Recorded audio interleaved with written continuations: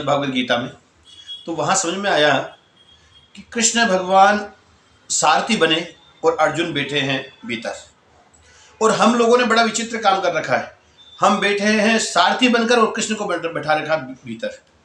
कृष्ण भगवान अंदर बैठे हैं और हम सारथी बने। तो क्यों नहीं ऐसा कोशिश किया जाए कि हम अपने भीतर बैठ जाएं?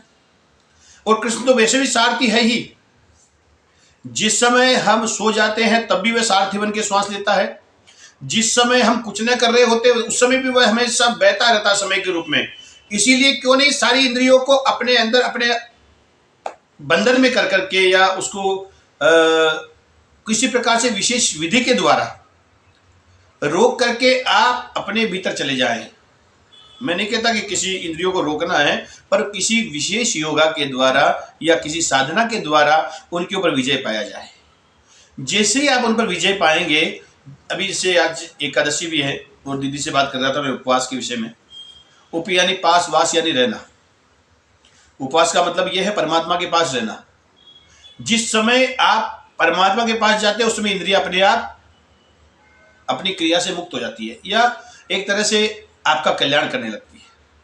तो जिस समय आप शरीर को आदेश दे देते हैं कि आज भोजन नहीं मिलेगा, उसके बाद वह 24 घंटे की ऊर्जा रिलीज कर देता है कि इतने समय तक मुझे भोजन नहीं चाहिए, और शरीर उस समय के लिए अपने आप कार्य करता रहता है, क्योंकि वो आपकी बात मानता है और आप उसके पास होते हैं जिसके पास रहना चाहिए।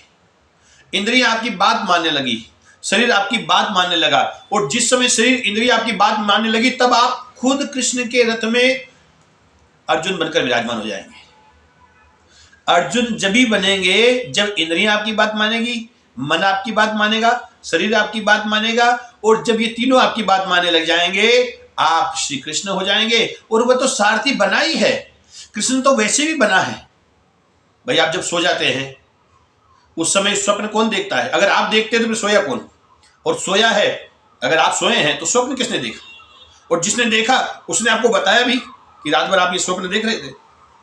तो 24 घंटे क्रियाओं में लीन है उस परमात्मा का आपने इसी प्रकार से अनुभव करना है कि सारी क्रिया उसकी है, और बाहर का अंदर मत आने दो। हम बताऊं सबसे बड़ी विडंबना में क्यों है कि बाहर की सारी चीजें भीतर है और हम पूरे बाहर। हमारा मन सारा बाहर लगा है, 24 घंटे चलते फिरते सोते उड़ते बैठते सभी स्थितियों में बाहर लगा है, और बाहर की सारी चीजें अंदर। एक बार बाहर की चीजें बाहर रहने दो, अंदर खुद उतर जाओ। जिस समय अंदर खुद उतर जाएंगे और बाहर की चीजें बाहर छोड़ देंगे तो बाहर तो अर्जुन रथ चला, कृष्ण भगवान रथ चलाएंगे ही, आप अर्जुन बन के क्यों नहीं अंदर चले जाते?